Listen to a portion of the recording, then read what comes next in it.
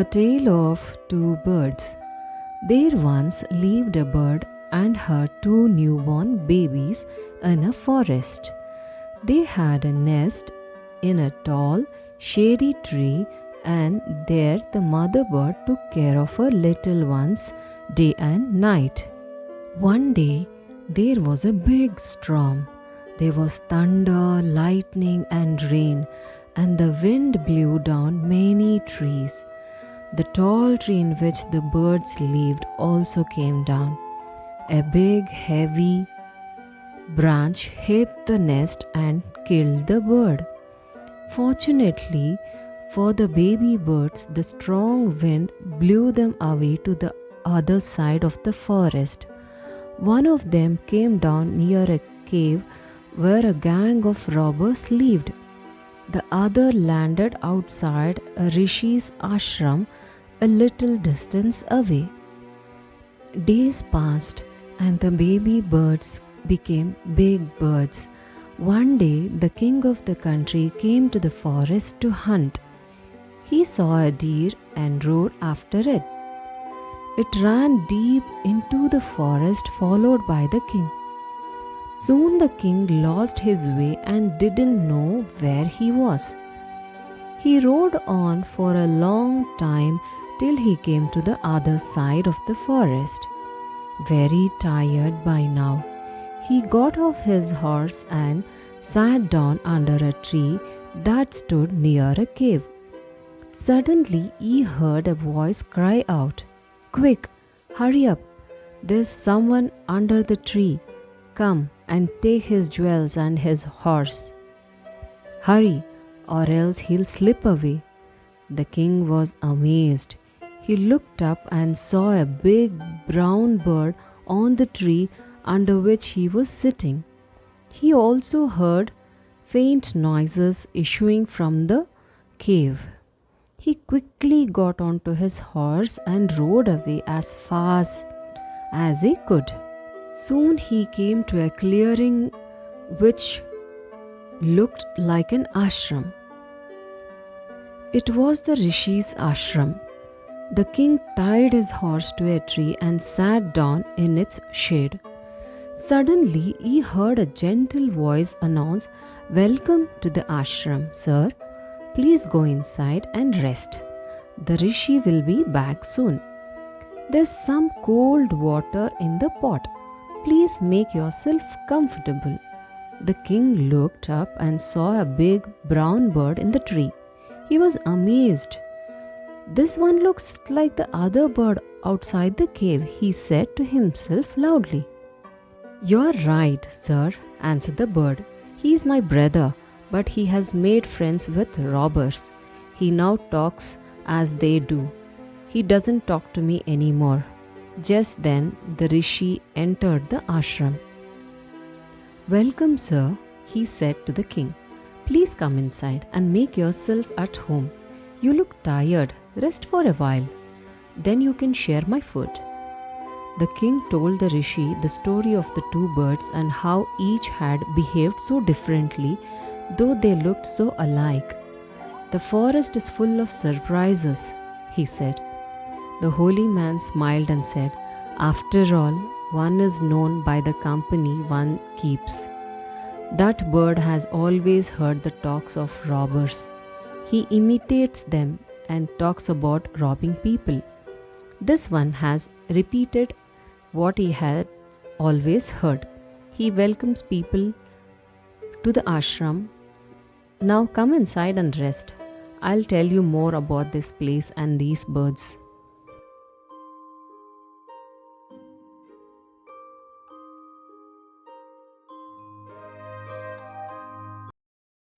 The friendly mongoose. Once a farmer and his wife lived in a village with their small son. They loved him very much. "We must have a pet," the farmer said to his wife one day. "When our son grows up, he will need a companion. This pet will be our son's companion." His wife liked the idea. One evening, the farmer brought with him a tiny mongoose. "It's a baby mongoose," said his wife, "but will soon be fully grown. He will be a friend to our son." Both the baby and the mongoose grew. In 5 or 6 months, the mongoose had grown to its full size. A lovely animal with two shining black eyes and a bushy tail. The farmer's son was still a baby in the cradle, sleeping and crying alternately. One day, the farmer's wife wanted to go to the market. She fed the baby and rocked him to sleep in his little cradle. Picking up the basket, she said to her husband, "I'm off to the bazaar. The baby is sleeping. Keep an eye on him. Frankly, I don't like to leave the child alone with the mongoose." "You needn't be afraid," said the farmer. "The mongoose is a friendly animal. It's as sweet as our baby. They are the best of friends, you know."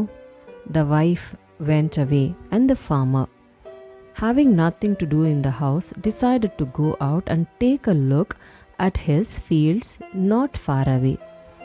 He ran into some friends on the way back and didn't return for quite some time. The farmer's wife finished her shopping and came back home with a basket full of groceries. She saw the mongoose sitting outside as if waiting for her. On seeing her, he ran to welcome her. Was customary. The farmer's wife took one look at the mongoose and screamed, "Blood!" she cried. The face and paws of the mongoose were smeared with blood. "You wicked animal, you have killed my baby!" she screamed hysterically.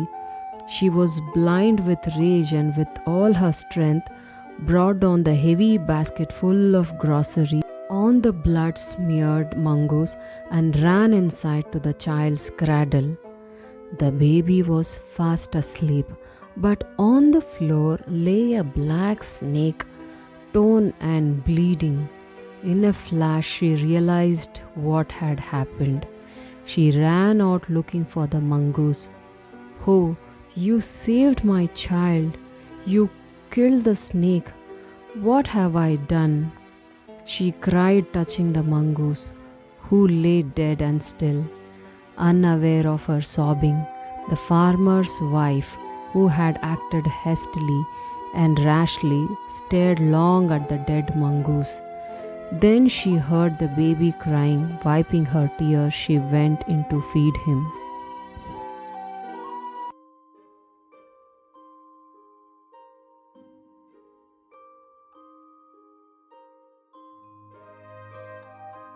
The shepherd's treasure. In a village, there once lived a shepherd. He was very poor. He did not have even a small cottage of his own. He had never been to school or learned to read and write. There were very few schools in those days. Though poor and uneducated, this shepherd was very wise. He understood people's sorrows and troubles and helped them face their problems with courage and common sense. Many people came to him for advice. Soon he became famous for his wisdom and friendly nature. The king of that country heard about him and thought of meeting him. Disguised as a shepherd and riding on a mule, one day the king came to the cave where the wise shepherd lived. As soon as the shepherd saw the traveler coming towards the cave, he rose to welcome him. He took the tired traveler inside the cave, gave him water to drink, and shared of his own meager meal. The king rested for the night in the cave and was greatly impressed by the shepherd's hospitality and wise conversation. Though still tired, the king decided to depart the next morning. He said, "Many thanks for your kindness to a poor traveler. I have a long way to go. Permit me to leave." Looking straight into the eyes of his guest, the shepherd replied, "Thank you, Your Majesty, for paying me the compliment of a visit."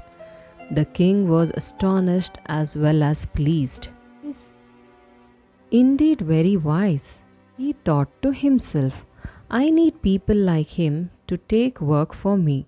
And the king appointed this humble shepherd the governor of a small district. Although he rose to power and dignity, the shepherd remained as humble as ever. People loved and honored him for his wisdom, sympathy, and goodness.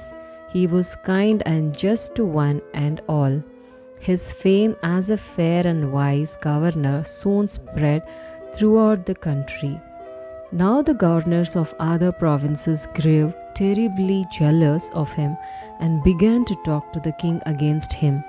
They said, "He is very dishonest and keeps for himself part of the money that he collects as tax from the people. Why did he always carry with him," they added, "an iron chest?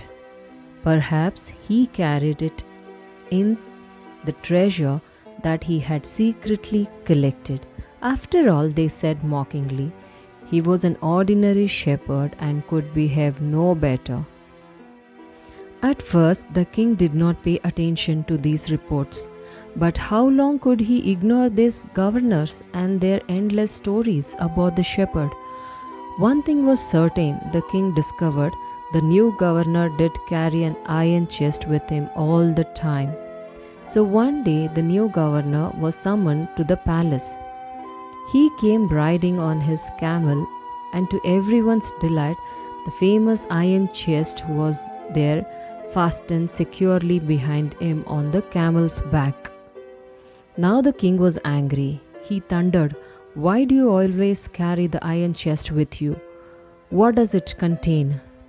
The governor smiled. He asked his servant to bring in the chest. How eagerly the people standing around waited for the shepherd to be found out. But how great was their astonishment, and even of the king himself, where the chest was open. No gold, no silver, no jewels, but an old blanket was all that came out. Holding it up proudly, the shepherd said, "This, my dear master, is my only treasure. I always carry it with me." "But why do you carry such an ordinary blanket with you? Surely you are the governor of a district," the king asked, to which the shepherd replied with quite dignity, "This blanket is my oldest friend. It will still protect me if at any time your majesty should wish to take away my new clothes."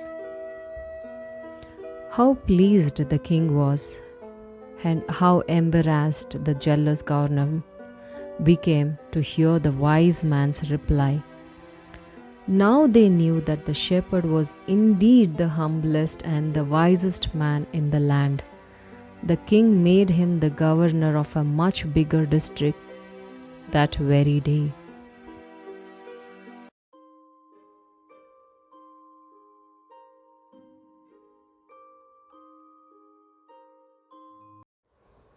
The story of Tansen. You may have heard the name of Tansen, the greatest musician our country had produced. A singer called Mukundan Mishra and his wife lived in Behat near Gwalior. Tansen was their only child. It is said that he was a naughty child. Often he ran away to play in the forest and soon learned to imitate perfectly the calls of birds and animals.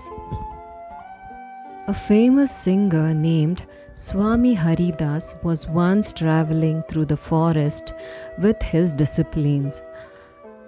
Tired, the group settled down to rest in a shady grove. Tansen saw them. Strangers in the forest, he said to himself. It will be fun to frighten them. He hid behind a tree and roared like a tiger. The little group of travelers scattered in fear, but Swami Haridas called them together. Don't be afraid, he said. Tigers are not always dangerous. Let us look for this one. Suddenly, one of his men saw a small boy hiding behind a tree. There are no tigers here, master, he said. Only this naughty boy. Swami Haridas did not punish him. He went to Tansen's father and said, Your son is very naughty. He is also very talented. I think I can make him a good singer. Tansen was 10 years old when he went away with Swami Haridas. He lived with him for 11 years, learning music and became a great singer. At about the time his parents died, Mukundan Mishra's dying wish was that Tansen should visit Muhammad Ghas of Gwalior. Muhammad Ghas was a holy man. Mukundan Mishra had long been devoted to him and often visited him. While living in Gwalior with Muhammad Ghas, Tansen was often taken to the court of Rani Mrignaini, who was a great musician herself. There he met and married one of the ladies of the court. Her name was Husaini. Husaini also became Swami Haridas' disciple. Tansen and Husaini had 5 children who were all very musical. Tansen had by this time became very famous. Sometimes he sang before Emperor Akbar, who was so impressed by him that he insisted Tansen should join his court. Tansen went to Akbar's court in 1556 and soon became a great favorite of the emperor. Akbar, who called upon Tansen to sing at any time during the day or night, quite often he would just walk into Tansen's house to hear him practice. He also gave him many presents. Some of the courtiers became jealous of Tansen. We shall never be able to rest till Tansen is ruined, they declared. One of the courtiers, Shaukat Mian, had a bright idea. Let us make him sing Raga Deepak, he said. How will that help us? Asked another man. If Raga Deepak is properly sung, it makes the air so hot that the singer is burnt to ashes. Tansen is a very good singer. If he sings Raga Deepak, he will die, and we will be rid of him. Shaukat Mian went to Akbar and said, We don't think Tansen is a great singer. Let us test him. Tell him to sing Raga Deepak. Only the greatest singers can sing it properly. Of course, he can sing it. Tansen can sing anything, Akbar said. Tansen was afraid, but could not disobey the king. Very well, my lord, he said. But give me time to prepare myself. Tansen went home. He had never been more downcast and unhappy. I can sing the raga, he told his wife, but the heat it gives off will not only set the lamps alight, it will also burn me to ashes. Then he had an idea. If someone sings Ragame at the same time and sings it properly, it will bring rain.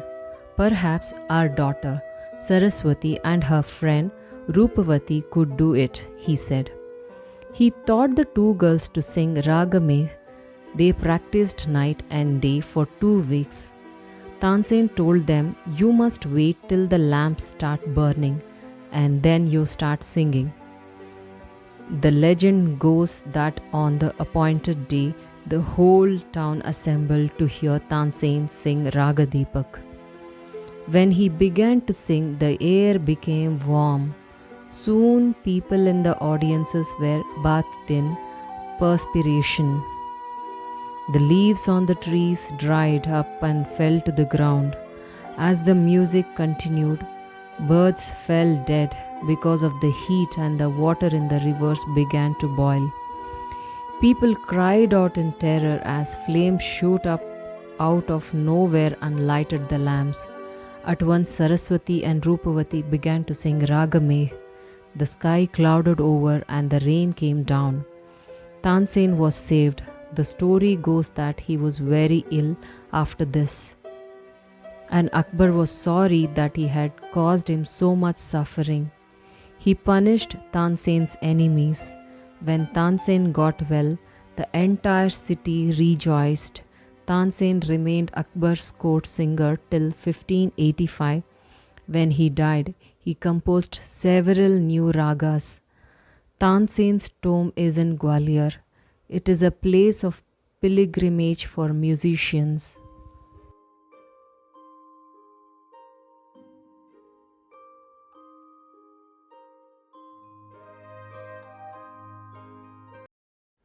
The monkey and the crocodile. Once, on the bank of a river, a monkey made a home for himself in the tree laden with fruit. He lived in it happily, eating to his heart's content the fruit of his choice. The monkey was happy but lonely and wanted a companion to talk to and share the fruits with. But there was no one around, not even another monkey, till one day a crocodile appeared on the riverside. "Hello there," said the monkey. "Do you live in this river? Would you like to eat some fruit?" "Good morning," replied the crocodile politely. "He did come here in search of food for myself and my wife. Nice of you to offer me fruit." The monkey plucked some from the nearest branch and threw them down. The crocodile found them delicious. "Thanks," he said. "May I have some on my next visit?" "Certainly, as many as you like, and some for your wife too," said the monkey. "Do come again. I'm rather lonely here." The crocodile visited the monkey regularly and ate the fruits which his host threw down. He took some home for his wife. The monkey and the crocodile were now the best of friends. They talked and were never tired of talking. They talked about birds and animals, about the villages nearby, and the difficulties villagers faced in raising good crops for lack of rain. One day the crocodile stayed with the monkey longer than usual. His wife was annoyed, waiting and waiting, managing the little crocodiles that had just been hatched. She said, "Who is this friend of yours you're so fond of?" "Oh, he is a very nice monkey," he replied. "He lives on a fruit tree. He sends fruits for you every day. You don't expect me to climb trees, do you?" "A nice monkey, I'm sure," replied the wife with obvious sarcasm. "If you ask me, this monkey should be my food. I want to eat his heart so much." "What a foolish thing to say," shouted the crocodile. "I can't kill a friend, though I won't mind a monkey occasionally for a change of taste." "You bring him here," ordered the wife. "I want to see him, so you can eat him." "Never," declared the husband. His wife was furious and she dived in to hide herself at the bottom of the river, leaving the little ones to pester their father. The crocodile was in a serious dilemma. He loved his wife and was very fond of his friend too. Finally, he decided to be on the side of his wife. She was his life partner after all. "I know it's a sin to betray a friend, But I have no choice, he said to himself. I'll invite the monkey home and hope for the best. My wife wants you over for a meal, dear friend, said the crocodile when he visited the monkey next. You must come home with me today. With pleasure, said the monkey. I'm no swimmer, but can ride on your back, and they set out. In the middle of the river, where the current was the strongest, the crocodile could no longer hide his intention. Sorry, my friend, he said hesitatingly, but I have to go underwater now. I have brought you here to kill you. My wife cannot survive without eating your heart. Goodbye. The monkey was scared and distressed, but he was sensible and clever like all monkeys. He kept a cool head. Calmly, he said, I'll do anything for you and your family. You are my only friend after all. What is monkey's heart compared with the life of a crocodile's wife? But how foolish could you be? Why didn't you tell me before? I'd have brought my heart along. But where is your heart? Asked the crocodile innocently. I thought you carried it all the time. Of course not. It's there are on the trees. Let's swim back at once and get it. Your wife must be waiting, replied the monkey, gaining confidence. Oh dear, what a mistake, hissed the crocodile. They laughed loudly as the crocodile took a full turn to reach the tree. On the river bank, the monkey jumped onto the tree and heaved a deep sigh of relief. He plucked a fruit or two from the nearest branch and throwing them down said, Let your wife have some fruit rather than my heart. Fresh fruits are good for mind and body. Goodbye, friend, and if you don't mind, we won't meet again. The crocodile, sadder and wiser, shed a few tears which were genuine and turned back to home. He was in a hurry to tell his wife a thing or two.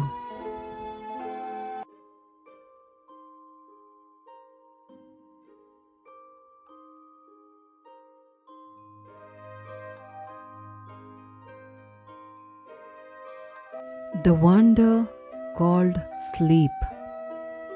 We know enough about what sleep is, though we don't know what exactly causes sleep. Sleep is a state of rest, an unconscious rest.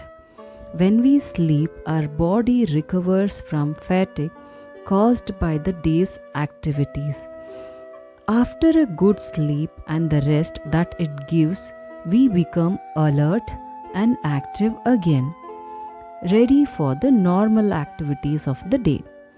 When we wake up in the morning, it is not always possible for us to remember what happened when we were asleep. We may remember a dream, but the rest of our sleep was a kind of darkness in which nothing seems to have taken place. Several things happen to our body while we are sleeping as we sink deeper into sleep. Our muscles relax more and more. Our heartbeat becomes slower.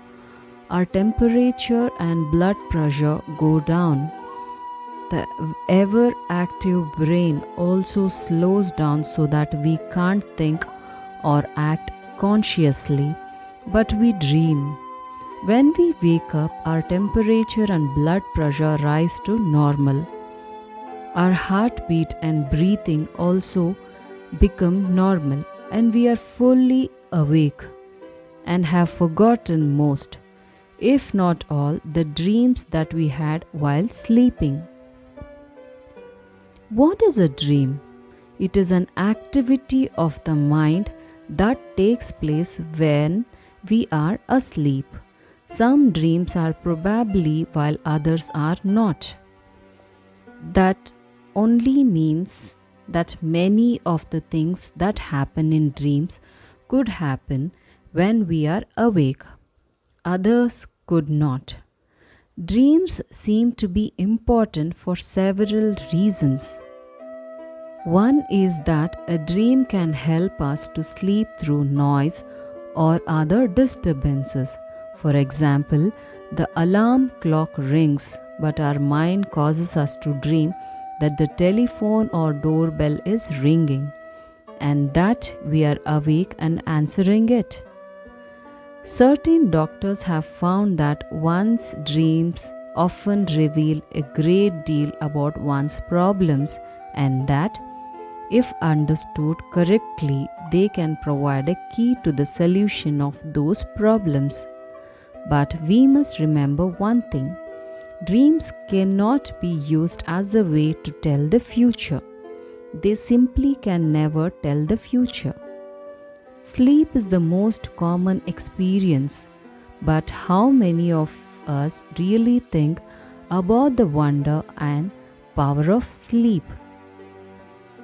Many poets have written beautiful poems about sleep. Here is the one in which the poet is describing the experience of falling asleep. Lights out. I have come to the borders of sleep, the unfathomable deep, forest where all must lose their way, however straight or winding, soon or late. They cannot choose. There is not any book or face of dearest look that I would not turn from now. To go into the unknown, I must enter and leave alone. I know not how. Edward Thomas, written.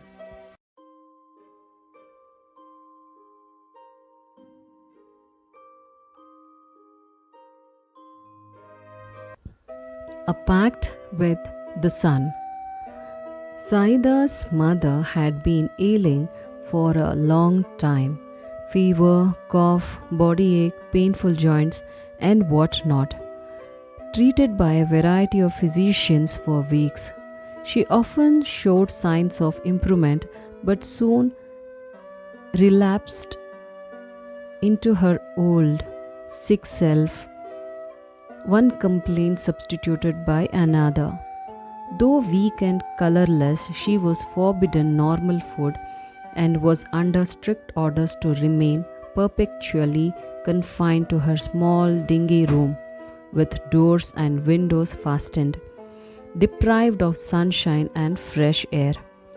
When she became critical, her relatives and neighbors persuaded her to consult a specialist even though his fees was likely to be high. Life is more precious than money, they said. Saida's mother was poor, but she heeded their advice and sold a few trinkets to pay the doctor's fee and the cost of medicine. The doctor came in few days and examined her and prescribed effectively but costly medicine. To the question as to what she should eat, he said, "Anything you wish to eat, chapati, vegetables, milk, fruits, etc. In addition to all this," he added empathetically, "leave this dark hovel and occupy a bigger room with doors and windows open. Sit in the sun every morning from 8 to 9. Sunshine and fresh air," he concluded, "are more important than medicine." The doctor and his advice became a subject of noisy commentary amongst all present. Some favored while others opposed it. Exposure to sun and air for someone afflicted with chronic cough was dangerous. An experienced lady declared. A younger neighbor nearly quarreled with her over this. Too exhausted to participate in the debate, Saida's mother remained quiet but determined to follow the doctor's advice. "Forget the consequences," she said at last. "I'll carry out his instructions to the letter. Move my bed into the next room and let me sit in the sun on my charpoy for an hour daily. It so happened that the sky remained overcast next morning. The same was the case the following day. Saida's mother was dejected. She muttered, "O Lord of mine, why have you ordered the sun to remain hidden? How will I ever be cured?"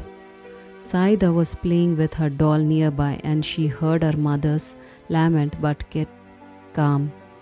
Later in the afternoon, when she stumbled on a spot of pale sunshine in the courtyard, she ran to her mother to say the sun was there. "No, no," said everybody present. "It's too late and chilly. Your mother can't sit out there." Disheartened, Saida returned to her doll. There was no sun really, except for its last remnant entangled in the top branches of the family mango tree. Now children have at their command a secret language, foreign to grown-ups altogether, in which they fluently communicated with trees, flowers, animals, the sun, and the moon, perhaps even with the Almighty.